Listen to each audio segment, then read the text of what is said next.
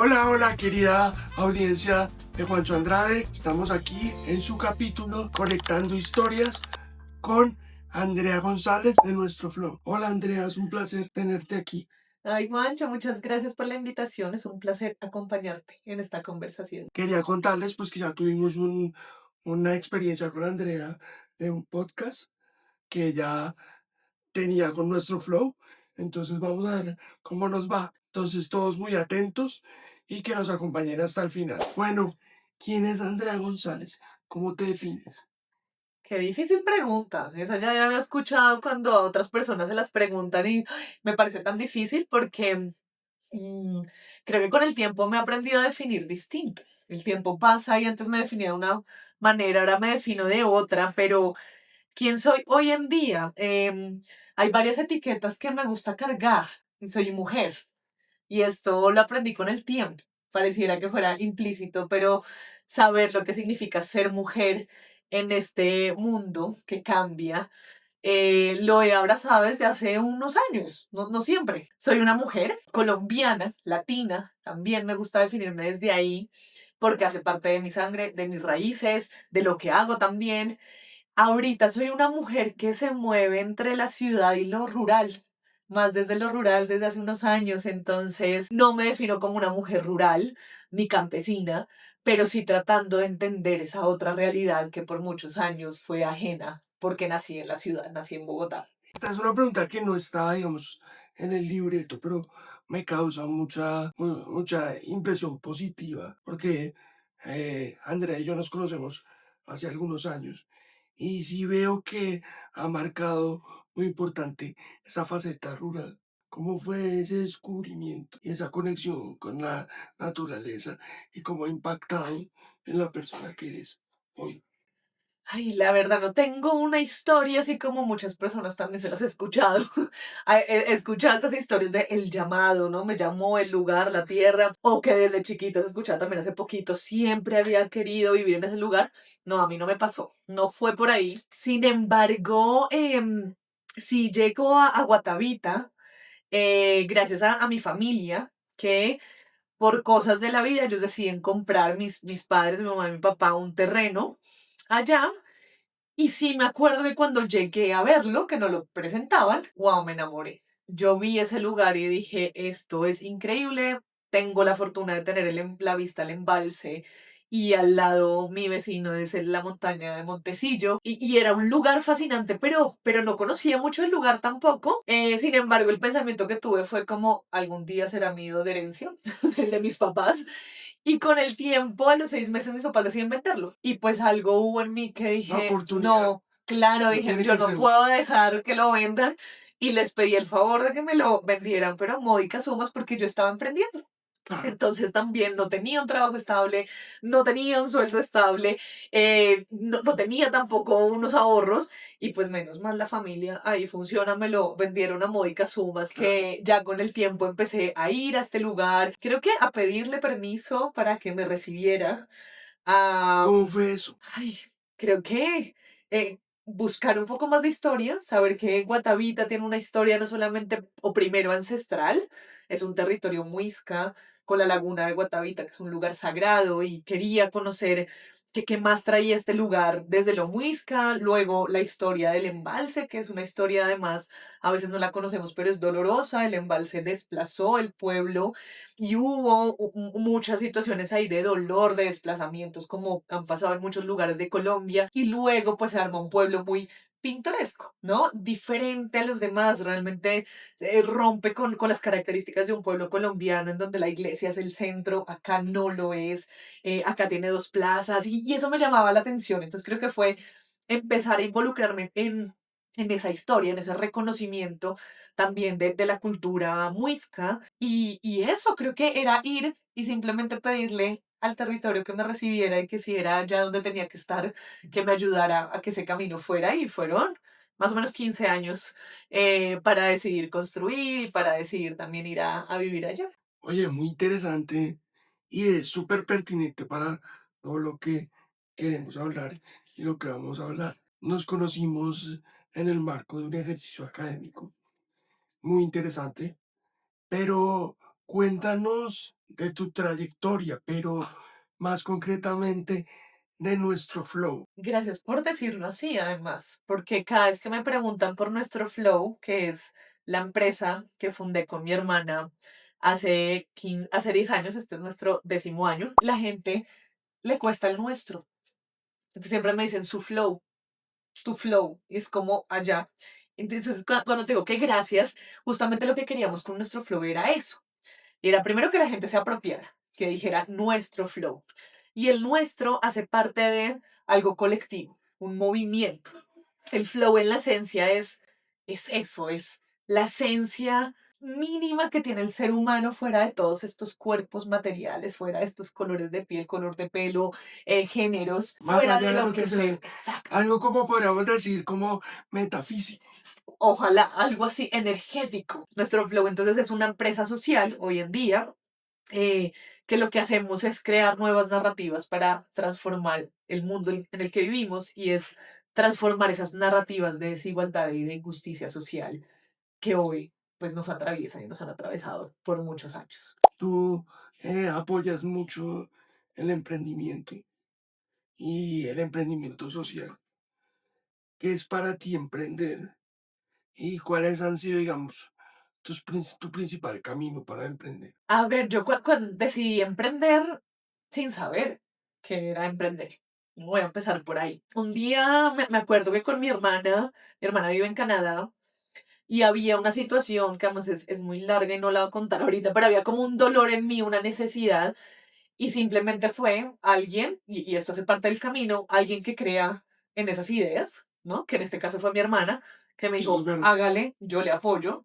Y el apoyo era un poco económico, mi hermana es mayor y tenía un trabajo estable, y para arrancar algo, pues a veces se necesita Pero esa claro, es tranquilidad. súper, Es súper. alguito, ¿no? Que uno diga, hágale, usted tiene entonces tiempo y yo puedo ayudar con la parte económica, no se preocupe, yo creo en esta idea. Y eso creo que es lo primero, ¿no? Alguien que le siga a uno la corriente, porque también emprender es eso, es emprender, es arrancar, es comenzar, y además comenzar algo que no tienes ni idea hacia dónde va, ni por dónde va, ni si ese es el camino que es. En mi caso fue simplemente tratar de buscar un trabajo que me hiciera feliz, que además es como también lo que uno a veces se pregunta, ¿no? Y está de moda uno preguntarse si esto te hace feliz o no, y que cumpliera también con este dolor que yo estaba viviendo, esta necesidad de injusticia social o de resolver un poco y entender las problemáticas sociales, y así empieza nuestro flow, como una campaña de comunicaciones, fue primero el empezar a hablar de estos temas, hablar cómo las palabras generan racismo, discriminación, machismo,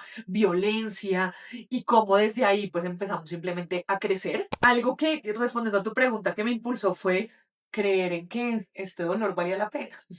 Creer que lo que yo estaba sintiendo podía conectar con otras personas, y creía profundamente en que, sin desmeritar todo lo que existe, no era suplir una necesidad más, sino era resolver un tema social que a todas las personas nos afecta. Sin entrar mucho en los temas personales. Cuéntanos cómo a qué respondía ese dolor, a qué tema. Pues general. A ver, yo estudié diseño industrial como Sí, primera carrera, sí, sí, sí. luego me fui a viajar y a estudiar y volví después de 7 años, y cuando vuelvo yo no me encontraba en lo que las ofertas de trabajo de diseño industrial me ofrecían. Mi cabeza ya había cambiado y yo ya había estado viviendo en lugares en donde me había encontrado de cerca con la desigualdad, Se te pero había también abierto como el mundo se me y había habías abierto. como cambiado de perspectiva. Sí, y me había acercado mucho a los temas sociales, injusticias sociales, movimientos sociales, protesta, ¿Estabas donde, en movilización. Canadá? No, viví en Nueva York un tiempo y luego viví en Buenos Aires. Como país, siento que es un país que se moviliza socialmente, ¿no? Que la gente de pronto, a diferencia del nuestro, que también está cambiando y que ojalá cambie, no tiene miedo de hablar. No tiene miedo de salir a la calle, no, de verdad me parecía loco, pero había 10 personas y 10 personas paraban las calles, y al otro día Eso, estaban en la Casa Rosada atendidas por la presidenta, eso sí ¿no? es verdad. Y por Y ejemplo, uno sucede. se acuerda de esos, de las abuelas de Mayo. Exacto, de las Eso madres y todavía abuelas sigue. de mayo, que eso todavía existe. Entonces, eso me llenó a mí de mucha esperanza, por un lado, también de decir que había mucha injusticia, de darme cuenta de las injusticias del mundo. Pero bueno, vuelvo a Colombia, me doy cuenta que no, esto no es lo que yo quiero hacer. y después de pensarlo mucho decido volver a la academia y volver a estudiar y estudié trabajo social. Simplemente quería entender más los problemas sociales. Quería entender y quería entender qué podía hacer yo desde ahí. Hago la carrera, llego a mi tesis y mi tesis quiere profundizar en los grupos poblacionales que más habían sufrido el conflicto armado en Colombia y el desplazamiento Qué y estaban en interesante. Bogotá. Y ahí llego a que pues uno de los grupos poblacionales más afectados es la población afrocolombiana. Claro. Y ahí, siempre lo digo y lo diré, conocí a una gran amiga que se llama Luz Marina Becerra. Ella en ese momento era la directora y presidenta de AFRODES, la Asociación de Afros Desplazados de Colombia. Y hablando una conversación muy de investigación para la tesis, pues me dice, mira Andrea, nosotros cuando llegamos a Bogotá sufrimos de la triple discriminación de quienes pensamos que son las personas buenas, porque huimos de los malos, pero llegamos acá y nos enfrentamos con el rechazo de los buenos por ser negra, por ser mujer y por ser desplazada. Y eso, Exacto. pues, Uno no lo por piensa. supuesto, me dio duro y además me dio duro en el sentido de me sentí responsable, porque yo como persona mestiza con unos privilegios, hago parte Sí. de un grupo también que ejercemos racismo y que lo hemos ejercido y que no nos hemos dado cuenta de eso. Y a veces es con el silencio, con O actitudes. con dejar pasar un chiste, ¿no? O dejar ver una injusticia y decimos, ay, pero por algo Y será. quedarse O quieto. no nos damos cuenta que es que no es casualidad que las poblaciones afroindígenas étnicas son las que también están en mayor pobreza o mayores afectaciones en lugares de conflicto. Pues eso no es casualidad y para mí hasta ese momento era una casualidad. Y así me sentí muy tocada y realmente después de eso dije, algo tengo que hacer. Y no hacia la población afro únicamente, porque para eso sé que lideresas como Luz Marina estaban trabajando, era personas como yo, mestizas, blancas, que además, pues muchas personas blancas en Colombia no hay, ¿no? Es el mestizaje, pero este es otro tema. Mestizas que no creen que haya una diferencia étnica, ¿no? Que creen que no hay racismo, nos demos cuenta que sí hay racismo, que somos un país racista y es reconocer la realidad y es hacernos cargo de eso y ver cómo lo podemos transformar. Entonces ahí me imagino que fuiste acercándote a los temas que son fundamentales en estos espacios. En Juancho Andrade es la discapacidad y la inclusión. Así Eh, es. para ti, después de todo este trabajo, qué es la inclusión y qué es la diversidad? Wow, es todavía algo con lo que estoy entendiendo, ¿sabes? Porque y eso que llevamos 10 años trabajando en este tema, la diversidad como la entendemos en nuestro flow y lo que abordamos es la variedad y las distintas formas de personas o las distintas personas que habitan un espacio.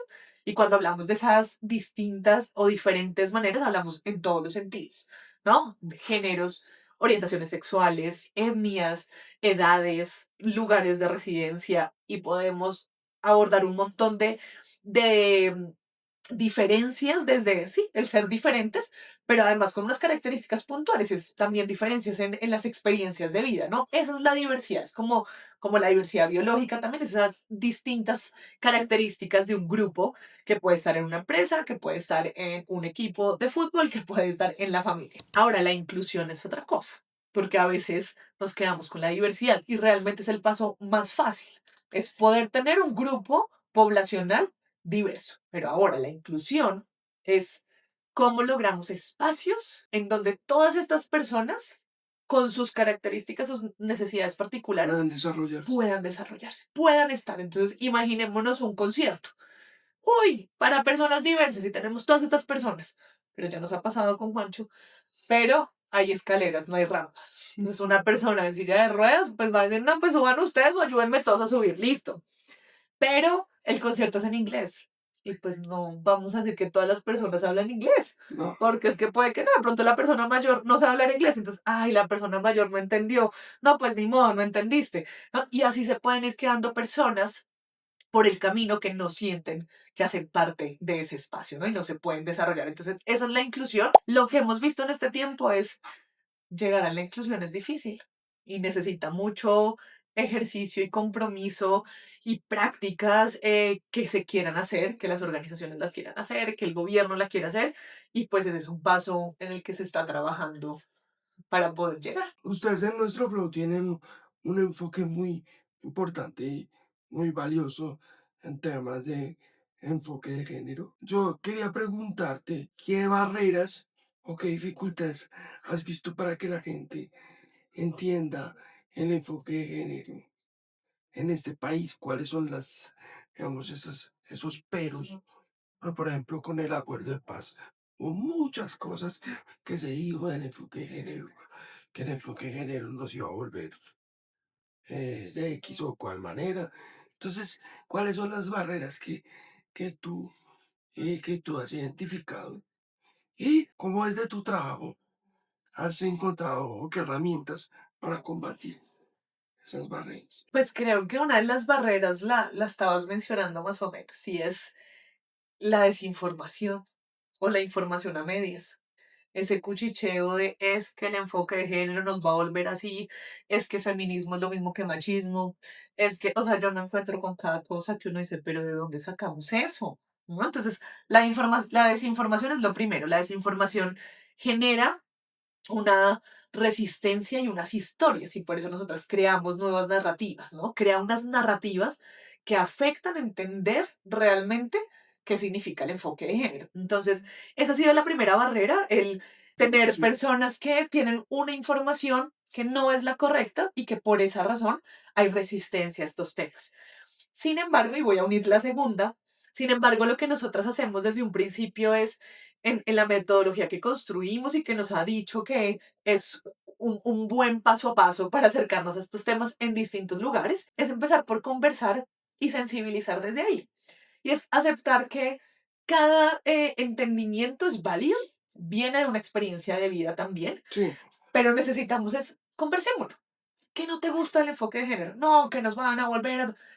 ¿Quién dijo? ¿Cómo crees que eso va a pasar? No, hablemoslo, hablemoslo y no rechacemos eso que viene ahí, porque seguro no solo pasa con el enfoque de género, a mí me puede pasar con un pantalón, con cualquier cosa que tenga una narrativa y que uno diga, una marca. simple, una marca, es algo, lo rechazo y ya. Entonces, saber que hace parte de una conducta humana, el quedarnos con unas narrativas y no investigar. Entonces, lo que hacemos es eso, sensibilizar y dar la información correcta desde lo racional también, para que se pueda desmitificar esas narrativas que se han creado y se pueda entender desde la raíz, por ejemplo, qué significa feminismo y por qué el feminismo no es lo mismo que el machismo. ¿No? Porque esto sale muy común y a mí me parece muy curioso. Y digo, wow, estos son dos términos, seguramente un error, se parecen, ¿no? Feminismo, machismo, como en la escritura, entonces creerán que son iguales. Por el contrario, son dos cosas muy distintas. Entonces, eso es lo que nos hemos encontrado como esa primera barrera. Realmente es muy de miedos también. Esa es la segunda barrera y nos ha pasado en empresas, en organizaciones, que las empresas no quieren abrir algo que luego no puedan cerrar. Y lo que pasa con estos temas es que hay que tener valentía para abrir, porque cuando decimos que no pasa nada en temas de género o en temas de racismo, es porque está pasando algo. Y es Ah, no, que cuando esconden como si fuera debajo del no, tapete. eso acá nunca hemos tenido un tema de machismo, nunca hemos tenido un tema de violencia ni acoso sexual. Téngale miedo, porque ahí es donde hay más. Y tenga miedo, ¿por qué? Porque es más normal y natural, lo que no quiere decir que esté bien, que en todo lado haya habido casos de machismo, de Sí, violencia, de racismo, de violencia de género, de acoso sexual, de racismo. Entonces, cuando decimos no pasa, es estamos negando algo, estamos tapando algo. hay que reconocer. Hay que reconocerlo. Primero es, y eso fue lo que a mí me pasó al principio y me pasa todo el tiempo, Moncho. Yo que trabajo en esto, todo el tiempo me está pasando de tener pensamientos machistas, tener pensamientos racistas y digo, no, esto no puede ser, ¿de dónde viene? Entonces me pongo a buscarlo y yo, claro, ya se viene de acá, no, esto, porque por supuesto está ahí, pero hay que reconocerlo para poder Y transformar. entonces en sus dinámicas con con las organizaciones, más o menos es lo que hace.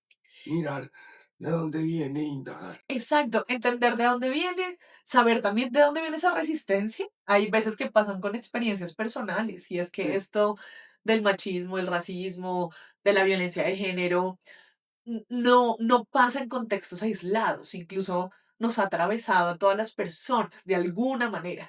Y esto después se traspasa a los entornos laborales, académicos, ¿no? De amistades.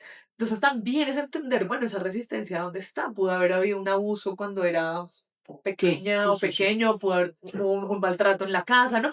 ¿De dónde viene esa resistencia para poder transformarlo y pues cambiar o aportar a transformar, a fortalecer una cultura organizacional para cuidar y proteger la organización? ¿Esto qué es? Que tengan un plan de contingencia para que cuando una situación sucede, tengan el paso a paso para poder atenderlo y prevenir más cosas, ¿no? Entonces, esto ya depende de la organización y la voluntad que tenga. Sí, pero ahí hay un tema también y es, de acuerdo a los protocolos, importante que existan, que estén escritos, pero la gente tiene que aprender a abordarlos de manera humana, porque a veces se quedan en protocolos y se quedan en cosas escritas. Lo digo porque yo participé en una investigación del Rosario para el Ministerio de Justicia y realmente los funcionarios tenían poca capacitación Ujú. y a veces poca empatía para entender y para guiar, por ejemplo, a las mujeres con discapacidad que eran víctimas de violencia de género. Entonces, eso era complejo porque a las mujeres no se les recepcionaba bien la denuncia o no, o eran víctimas también de violencia económica. Entonces, De también, acuerdo. también es una cosa a tener en cuenta. Otra cosa muy importante que yo vi, digamos, y he visto en ti también, es la del liderazgo.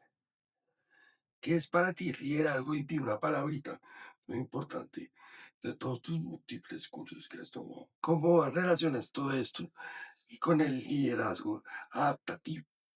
¿Qué es para ti? Para ver qué hiciste, si A hice ver, la sí, sí, tarea. bien la tarea, jue madre, Hice la vamos a tarea. ver que quién va a ver el podcast después, quién sabe qué digo. Esperemos que lo vea. Veremos, a ver, gracias por eso, qué chévere, porque sí, este fue marcó un camino para mí importante cuando estaba, o pues durante mi tiempo liderando nuestro flow. Fue un programa de formación que hice con Acumen y ahí empecé a entender que era el liderazgo adaptativo y que un poco que era el liderazgo también. Me acuerdo que cuando decidí aplicar, sentía que que nada de lo que estaba haciendo había sido del todo muy intencionado, ¿sabes? Y voy a que yo no creé empresa porque haya estudiado administración de empresas o Ah, porque toda la no. vida había querido crear una empresa. O sea, nunca me lo imaginé, ni siquiera tenía las habilidades presupuestales de manejo de equipo, bueno, todo lo que significa armar una empresa. Y en el programa me doy cuenta, y creo que además no fue solo en el programa, ya después, años después, porque uno cuando, o me pasa a mí cuando estoy estudiando, mucho conocimiento, pero cuando lo pongo en práctica es que lo pongo ahí a probar y a entenderlo. El liderazgo adaptativo es, primero es entender que se ejerce liderazgo. Y esto desmonta un poco el tema de, es que el líder nace y no se hace, ¿no? El líder, ejercemos liderazgo, esto es Ejercer, sí. el rol de liderazgo me lo pongo un tiempo. Yo ejerzo, Sí, sí. ¿cierto? Y no me define. Y esto me quitó muchos pesos de encima. Era, nuestro flow no me define a mí. Y ya lo puedo decir muy tranquila después de muchos años. Para mí nuestro flow era todo. No era yo soy nuestro flow, más o menos. Y uno se pone así, ¿cierto? Gerente, portero y Mario. Exacto, todo, todo. Y si fracasa nuestro flow, pues fracaso yo. Y es como cuando esa pasión de, ya te olvidas que eres Andrea, si no eres la directora de nuestro flow. Es muchas de las cosas que dicen, perdón, con temas de empresas, que si la Exacto, empresa es solo su fundador y si no funciona sin su fundador, exacto. entonces no es viable. No es viable. Ajá, y ahí lo empecé a entender. Ahí me di cuenta de eso y dije, claro, uno ejerce el liderazgo y esto es, hay momentos de ejercerlo, no todo el tiempo tengo que O estar con sea, la Andrea camiseta llegó de un momento líder. en que hacía todo.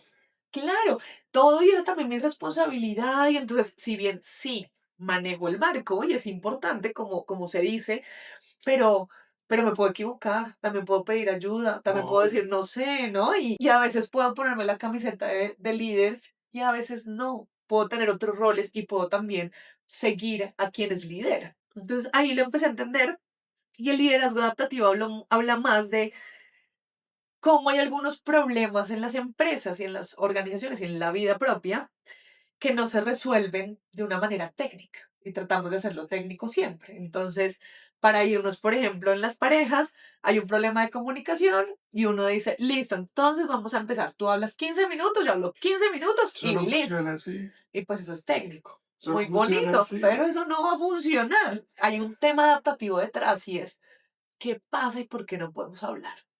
¿Qué sucede cuando nos sentamos a hablar, no? Y esto empieza a remover también temas de crianza, de pasado, de heridas, y esto pasa con las organizaciones, bueno, esto pasa con cuando queremos liderar, sucede en los equipos de trabajo, esto no es de, listo, entonces, ¿por qué no estás llegando temprano con los informes? Ay, no, porque es que la fecha está muy encima, listo, damos 10 días más.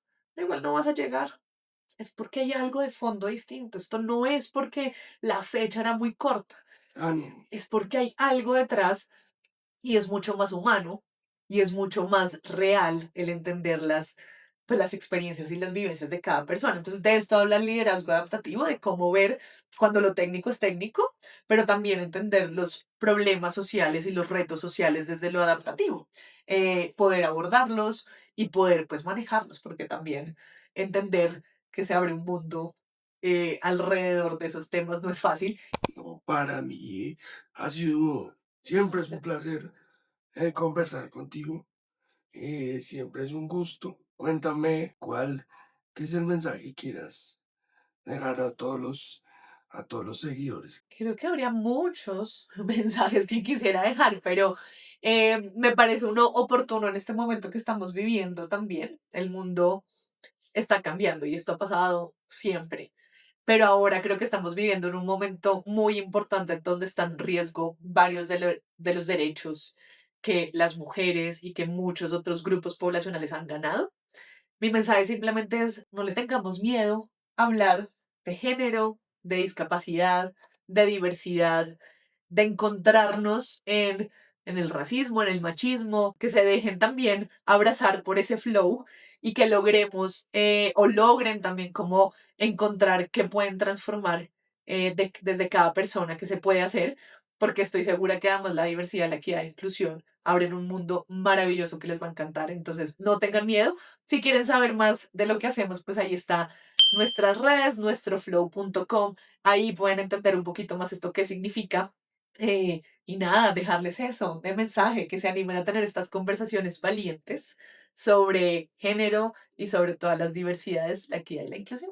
Andrea, muchas gracias, de verdad. Un placer. Sí, Juan. Gracias a todos ustedes por acompañarnos en un nuevo episodio de Conectando Historias. Gracias por llegar al final. Los invito a darle like, a compartir y a disfrutar de este contenido. Hasta la próxima y hagamos de la inclusión una tendencia.